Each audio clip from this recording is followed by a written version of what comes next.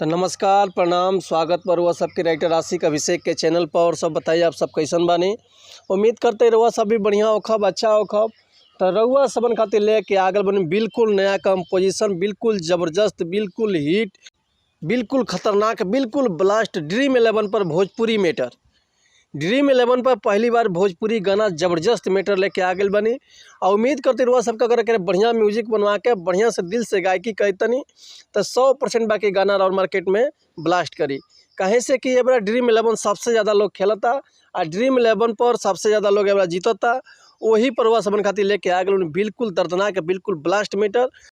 इससे पहले रुआ समन से कहल चाह के अगर वह गायकी में इंटरेस्ट बा, गायकी कल चाहतनी, गायकी में कदम रखले बानी और रुआ के बढ़िया मैटर नहीं मिलत, बढ़िया गाना नहीं मिलत, बढ़िया से तुकबंदी नहीं मिलत, बढ़िया से म्यूजिक नहीं मिल पात, बढ़िया से गा नहीं पात। तो अगर हमारा चैनल पर आ गए तो रुआ सबके निराश भैला के जरूरत नहीं है। काहे से कि रुआ समन खातिर हम हर एक प्रकार के सॉन्ग लिखिले, हिंदी होके चाहे भोजपुरी होके, चाहे रुआ कोनो भी ट्रैक पर भोजपुरी गाना लिखवा सकिले। लव सॉन्ग, ऑर्केस्ट्रा सॉन्ग, बेवफाई सॉन्ग, पूर्वी, निर्गुण, भजन, लोकगीत, लयदारी, रंगदारी, चाहे जातिवाद संग, चाहे वो अपना मनपसंद के कोनो भी गाना लिखवा सकिले बिल्कुल उचित चार्ज पर। तो ऐसे कहल चाह के हमारा चैनल पर आ गए तो चैनल के लाइक कर दी, सब्सक्राइब कर दी और बेल आइकन प्रेस कर दी ताकि कोनो वीडियो अपलोड करी तो सबसे पहले नोटिफिकेशन रुआ समन के मिले। अगर वीडियो अच्छा लगता तो रुआ सबके तो प्यारा सा कमेंट कर दी। चलिए देर ना करते हुए आज के मैटर देखल जाए कैसे बा, का एक लय बा, का एक धुन बा, रुआ समन के हम गा के बताओ तनी। उम्मीद करते हुआ सबके बेहद पसंद आई। तो चलिए देखिए गाना कैसे बा, गाना पर ध्यान दी। एगो सखी अपना एगो सखी से का कहतरी, देखिए कैसे कहतरी। ड्रीम 11 पर लगौले रहले टीम हो, आइल मोबाइल पर नया स्कीम हो। ए सखी सुनो कि ड्रीम 11 पर लगौले रहले टीम हो, आइल मोबाइल पर नया स्कीम हो। खुलल किस्मत हमारे खुश बावे परिवार, खुलल किस्मत हमारे खुश बावे परिवार, हमके प्यार से कहेले श्रीमती।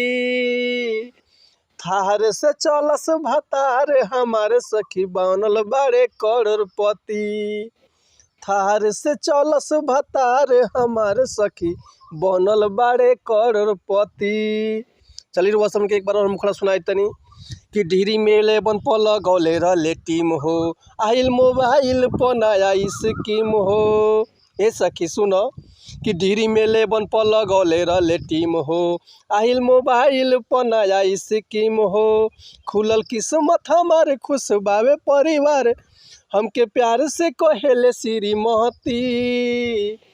थार से चलस भतार हमारे सखी बनल बारे करोड़पति, थार से चलस भतार हमारे सखी बनल बारे करोड़पति।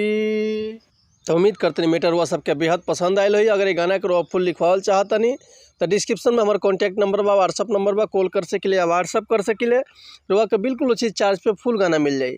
एक और बात रुआ सबसे कहल चाहब कि अगर हमारा गाँव में कोनो मिस्टेक भइल होखत भी क्षमा चाहतनी, इससे कि हम गायक ना है, रुआ सुन के खाली बता सकिले, समझा सकिले।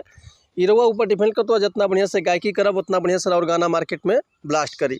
तो चलिए मिलते हैं नेक्स्ट वीडियो में कुछ नया गाना, कुछ नया धुन, कुछ नया कंपोजिशन लेके। तब तक ले रुआ सब सम्मति चाहतनी। नमस्कार प्रणाम, जय हिंद, जय भारत, जय भोजपुरी समाज, हर हर महादेव, जय माता दी।